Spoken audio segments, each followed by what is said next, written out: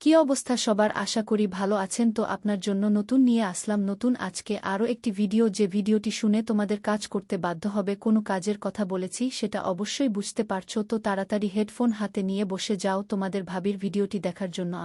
যারা আমার নাম্বার চাচ্ছ তারা অবশ্যই পুরো ভিডিওটি দেখবে। ভিডিওর মাঝখানে আমার নাম্বারটি কিন্তু দিয়ে রাখবো। নাম্বার নিয়ে আমাকে হোয়াটসঅ্যাপে SMS করবা, আমি তোমাদের সাথে সারারাত সময় কাটাবো। তাহলে বেশি কথা না বলে চরম ভিডিওটি শুরু করি। আমি ছিলাম গ্রামের মধ্যবিত্ত একটি ফ্যামিলির সন্তান। আমি ছোট থেকে খুব কষ্টের মধ্যে মানুষ হতেছিলাম। সেখানে থাকা অবস্থায় খুব কষ্টের মধ্যে দিয়ে আমার দিনকাল চলতেছিল। আমি খুবই গরিব ঘরের মেয়ে ছিলাম, যেহেতু সে তো সবার মতো আমি চলতে পারতাম না। সবাই যেখানে ভালোভাবে চলত আমি সেখানে খুব খারাপভাবে চলাচল করা লাগত, কারণ আমার আয় তো এরকম কোনো আশা ছিল না। কিন্তু আমার জীবনে এরকম একটা সময় নেমে আসবে, সেটা আমি কোনো কল্পনা করিনি। কি সময়টা আমার জীবনে নিয়ে এসেছিল সেটা জানার জন্য অবশ্যই পুরো ভিডিওটি দেখে থাকো, তাহলে কিন্তু বুঝতে পারবে আমার লাইফ স্টোরি এটা তু নিয়ে আমার নিজের লাইফের ঘটনা একটি। তোমার বাবা কৃষি কাজ করতে, কিসে কাজ করে যে পরিমাণ টাকা পেতে সে পরিমাণ টাকা দিয়ে আমাদের ফ্যামিলি চলাচল করা খুবই কষ্টকর ছিল। সেজন্য আমার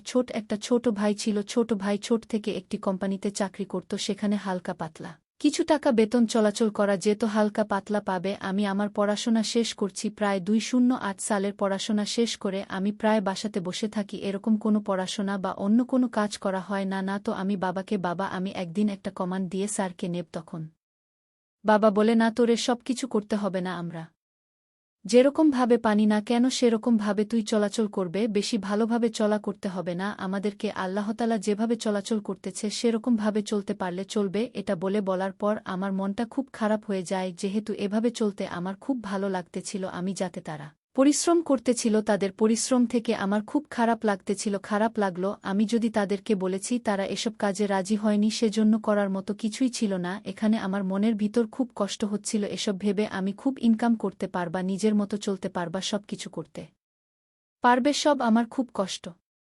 লাগতেছিল। একদিন হঠাৎ করে আমার ছোট ভাই আমাকে বলতো, আমার কোম্পানির পাশে একটা কোম্পানি রয়েছে, সে কোম্পানিতে কিন্তু লোক নিতেছে, তো চাকরি করতে চাস সে তো সেখানে চাকরি করতে পারিস। আমি বললাম আচ্ছা ঠিক আছে, তাহলে তুই কথা বলে আমাকে জানা, তাহলে আমি ওখানে যাকে নেওয়ার জন্য চেষ্টা করব। কারণ তুই সাপোর্ট করিস, তাহলে আমি চাকরি নিয়ে পারবা না। তুই সব কথাবার্তা বলে আমাকে কনফার্ম কর, তারপরে আমি সেখানে যাব। সবকিছু নিয়ে সমস্যা নাকি যেতে বলেছিস আমাকে, আমি তাদের কাস্টমার ব্যবস্থা করে দিব। কিন্তু ওখানে কিন্তু খুবই খারাপ এলাকা, ওখানে খুব সতর্কভাবে তোকে থাকতে হবে। কিন্তু আমি বললাম আচ্ছা ঠিক আছে, সমস্যা নাই। এটা বলার পর ঠিক সেরকমভাবে চলতেছিল আমার জীবন। কিন্তু আমার জীবনে যেমন বিভাজনে নেমে আসবে সেটা আমি কল্পনা করতে পারিনি। সেখানে চাকরি নেওয়ার পর থেকে আমার জীবনটা কিন্তু তছন হয়ে গিয়েছিল। তো কি হয়েছিল সেটা জানতে হলে পুরো ভিডিওটি দেখো। হয়ে গেছে তোর, সমস্যা নেই, তুই চাকরিটা কর। দোকানে অফিসে যারা আছে সবাই কিন্তু খারাপ, ওরকম ভালো না। তুই যেখানে খুব কিন্তু কেয়ারফুলি ভাবে থাকতে হবে, কেয়ারফুলি থাকে না পারলে কিন্তু সেখানে তার বিভিন্ন ক্ষতি হয়ে যেতে পারে। বাংলা ভাষা ঠিক আছে, সমস্যা নেই, আমি খুব সতর্কভাবে সেখানে কাজ করার চেষ্টা করব। কারণ সতর্ক না থাকলে ওখানে চলবে না, কারণ যেহেতু তাদের আমি কখনো চিনি না জানি না, ভালোভাবে আমাকে থাকতে হবে সেখানে। তখন আমার ভাই বলা আছে ঠিক আছে সমস্যা নেই, তাহলে তুই আর কালকে থেকে ওখানে জয়েন কর। আঙ্গার মাঝে ঠিক আছে সমস্যা নাই, কালকে থেকে আমি ওখানে গিয়ে অফিসে গিয়ে জয়েন হয়ে নিব। ঠিক আছে তাহলে আজকের মতো চলে যাও, তুই রুমে ঘুম পার, আমি একটু পর আসতেছি বাইরে থেকে। তখন আমি ঘুম পাড়তেছিলাম। নাম্বার অবস্থা মার্কা বসবাস সব উপরে উঠে গিয়েছিল। হঠাৎ করে আমার ছোট ভাই পাশ থেকে এসে আমাকে জড়িয়ে ধরার পর আমাকে বলে থাকে, ক্রীড়া প্রতি আজকে কিরকমভাবে শুয়ে আছিস কেন? নেতাকে ছোট ভাইদের এরকম কোনো কিছু মনে করিনি, কিন্তু মনে না করে, কারণ যে আমার জীবনে মনটা হবে সেটা আমি কল্পনা করিনি। সে আমাকে বলা, আপু তুই এরকম বসে আছিস কেন? খুব খারাপ দেখা, ভালোভাবে শুয়ে থাক। আর যদি ভালোবাসো, যদি না পারিস সবকিছু খুলে ফেলো। কি বলতেছিস? কিছু না, তুই এখানে চলে যা, আমি কালকে ডিউটি যাব সেজন্য ঘুম পাড়তেছি। আজকে প্রচুর গরম করছে সেজন্য আমি তাড়াতাড়ি ঘুমিয়ে পড়েছি। তোকে আমার ভাই বলে, তুই কি বলতেছে এসব সমস্যা নেই, আমি তোকে তেমন কিছু করিনি। রেকর্ডে টাচ করতে থাকে, রেকর্ড করে থাকে আমার পিকচারটা, নানা রকম উত্তেজনা কাজ করে। সে আমার সাথে অনেক সময় মজা করতে থাকো। মজা করতে করতে আমাকে বলে, আপু তো তোকে কে খুব সুন্দর লাগছে, তুই কি আমাকে ওই জিনিসটা করতে দিবি?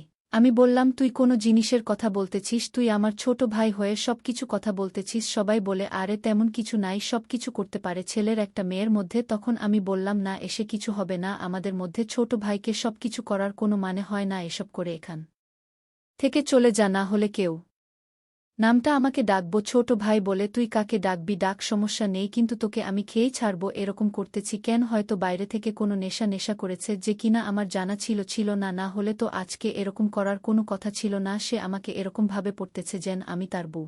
একটা বুয়ের সাথে একটা স্বামী যেরকম করেছি, আমার সাথে কিন্তু সেরকম করতেছিল। আমি বললাম, তুই এসব কিন্তু খুবই বাড়াবাড়ি করতেছিস, এটা কিন্তু ভালো হচ্ছে না। আমি যদি বলেছি সে তো আজকে আমি কাজ করেই ছাড়ব, তুমি যতই না করো না কেন, আমি কখনো কিন্তু এই কথাগুলো মানব না। আমি সহ্য করে জানা হলে কিন্তু খুব খারাপ হবে। আমি কিন্তু চাকরিটা ম্যানেজ করে দিয়েছি, চাকরিটা কিন্তু ক্যান্সেল করে দেব এখন। আমি বললাম, তুই যা বলছিস সেগুলো কিন্তু ভেবে চিনতে বলতেছিস না, তোর মাথার গেছে আবেগ কাজ করতেছে, বুদ্ধি কিন্তু কাজ করতেছে না। সমস্যা নেই আমার মাথায়, যেটা কাজ করে না কেন। আজকে আমি তোকে চাই, আমি যেভাবে বলবো তোকে, তুই সেরকম ভাবেই থাক, বেশি কথা বলবি না, আমি যেটা বলি সেটা করবি। সেটা বলে আস্তে আস্তে আমার বাপ বলার পর হাতাতে থাকে, আটানোর পরে আমাকে আস্তে আস্তে করে জড়িয়ে ধরার পর বুঝতে পারবে না সে আমার সাথে কি করতে চাচ্ছে। আপনি কিন্তু বেশি চিৎকার করবে না, তোমার চাকরিটা খুব প্রয়োজন ছিল, সে তোমাকে তোর কথাগুলো মানতেই হবে। এভাবে চলে আমার খুব ভালো লাগতেছে না, সেজন্য আমি তোকে বলেছিলাম চাকরিটা ম্যানেজ করে দেওয়ার জন্য, কিন্তু তুই যে আমার সাথে এসব করবি সেটা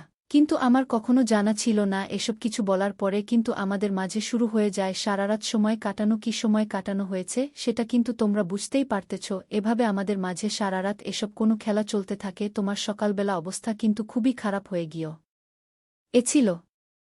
যেহেতু আমি কখনো এসব কাজ করিনি, ফ্রেশ হয়ে অফিসের উদ্দেশ্য বের হয়ে যায়। অফিসে বের হওয়ার পর যাওয়ার কল্পনা করতে পারিনি তা আমি অফিসে যাওয়ার পর বলছে আমাকে বলে যে তুমি তোমার সব থেকে কাগজপত্র নিয়ে শিশু কেন? আমি বললাম যে স্যার আমি সকল কাগজপত্র নিয়ে এসেছি। তখন স্যার বলা আছে ঠিক আছে, তাহলে তুমি পাশে বেডরুমে আসো, বেডরুমে এসে তোমার সাথে আমি কথা বলেছি। আমি বল আমার রুমে যাব কেন? যা কথা বলার এখানে বল, কথা বলে না, এসব বলার কথা বলা যাবে না। আমি তাদেরকে খুব সুন্দরী ছিলাম যার জন্য সবাই আমার কোনো সৃষ্টির দিকে হঠাৎ করে সবাই আমার ডাবগুলোর উপর পণ্ডিত দৃষ্টিতে তাকিয়ে থাকে। আমার দাঁতগুলো ছেলে খুবই সুন্দর এবং গোলাকার, আমার ডাবগুলো খাওয়ার জন্য এরকমভাবে তাকিয়ে থাকত। আমার বশ মনে হয় সেগুলো করার জন্যই বসে আছে। বসে তোমার ডাবগুলো খুব সুন্দরভাবে খেতে পারবে এই সময় না ভেবে আমার মনের মাঝে খুব অস্থিরতা ফিল হচ্ছিল। আমি বলে থাকি স্যার মনে হয় আমাকে ভিতরে নিয়ে কি জানি কি করে ফেলে, যে তোমার প্রথম কাজ করছি আমার ছোট ভাইগের সাথে আমার এগুলা করতে আর এরকম কোনো ভয় হচ্ছিল না মনের মাঝে। সাহাই পারছিলাম, হয়তো এর থেকে বেশি কিছু আর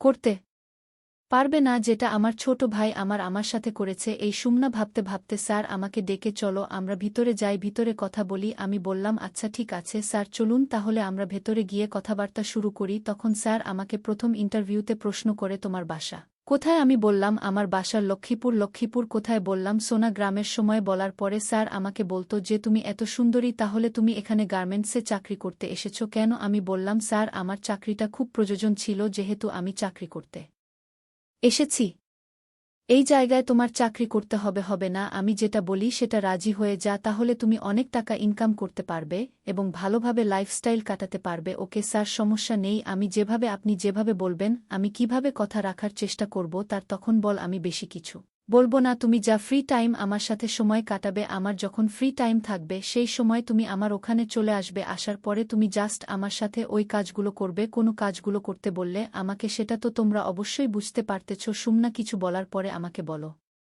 তাহলে চলো আজকে সময় কাটায় বাহিরে গিয়ে। ঠিক আছে স্যার চলুন, আপনি যেভাবে বলতেছেন আমাকে আমি সেই রকম ভাবে আপনার সাথে সময় কাটানোর চেষ্টা করব। স্যার তখন আমাকে গাড়িতে নিয়ে চলে যায় বাহিরে। বাইরে যাওয়ার প্রসার আমাকে বলে কেন ওয়েট কর, আমি আসতেছি একটু পর। আসার পরে ছাড়া আরেকটা তার বন্ধুকে নিয়ে আসে। আমি বুঝতে পারলাম যে তার বন্ধু হয়তো আমার সাথে আজকে সময় কাটাবে। কিছু মনে ভাব থাকলে স্যার আমাকে নিয়ে যায় একটি সিক্রেট জায়গা। সিগারেট দেখে যাওয়ার পর আমি বুঝতে পারলাম যেখানে আমাকে নিয়ে এত কাজ করবে সে। প্রথমে ছাড়া আমাকে বুকে নিয়ে জড়িয়ে ধরার পর আমার কপালে কি চুমু খায়। চুমু খাওয়ার পরে বলে তুমি খুব সুন্দরী, তোমাকে দেখতে খুব সুন্দর লাগতেছে আজকে। যদি খুব সুন্দর লাগছে, খেতে খুব সুন্দরভাবে খাবো আজকে তোমাকে আমি। তুমি কিন্তু না করবে না, আমি যেরকম ভাবে যাব সেরকম ভাবেই তুমি দিবে। কোনো কাজ করবে নাকি আমার সাথে? যখন স্যার বলো যে আমার বন্ধু তোমার কাজ করবে, তোমাকে কিন্তু আজ অনেক টাকা দিব আমরা, যে টাকা তুমি 1 মাসের গার্মেন্টসে চাকরি করো পাবে না। ঠিক আছে স্যার সমস্যা নেই, আমার কথা পরিমাণ টাকার প্রয়োজন, যেহেতু আপনি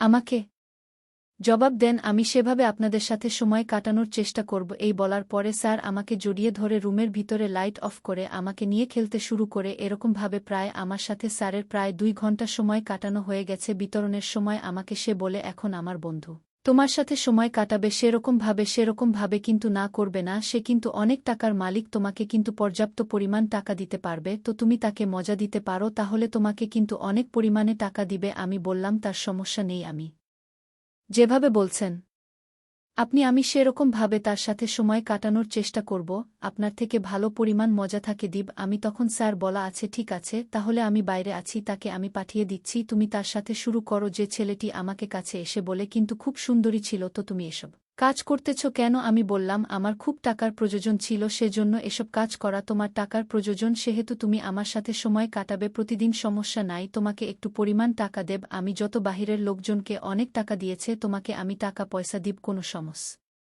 যা নেই, জাস্ট তুমি আমার সাথে এরকম ভাবে প্রতিদিন সময় কাটাতে আমাকে যে পরিমাণ মজা দিবে, সে খুব মজার টাকা দিব। তা নাগর আছে, ঠিক আছে স্যার, সমস্যা নেই, আপনি যেভাবে বলবেন আমি সেরকমভাবেই করার জন্য প্রস্তুত রয়েছি। আপনাকে কিভাবে করবেন আমাকে জানান, আমি সেভাবেই করব। তো ভিডিওটি কেমন লাগলো অবশ্যই কমেন্ট করে জানিয়ে দিবা। দেখা হয়েছে পরবর্তীতে নতুন আরও কোনো ভিডিও নিয়ে, দেখা হচ্ছে নতুন কোনো ভিডিওতে।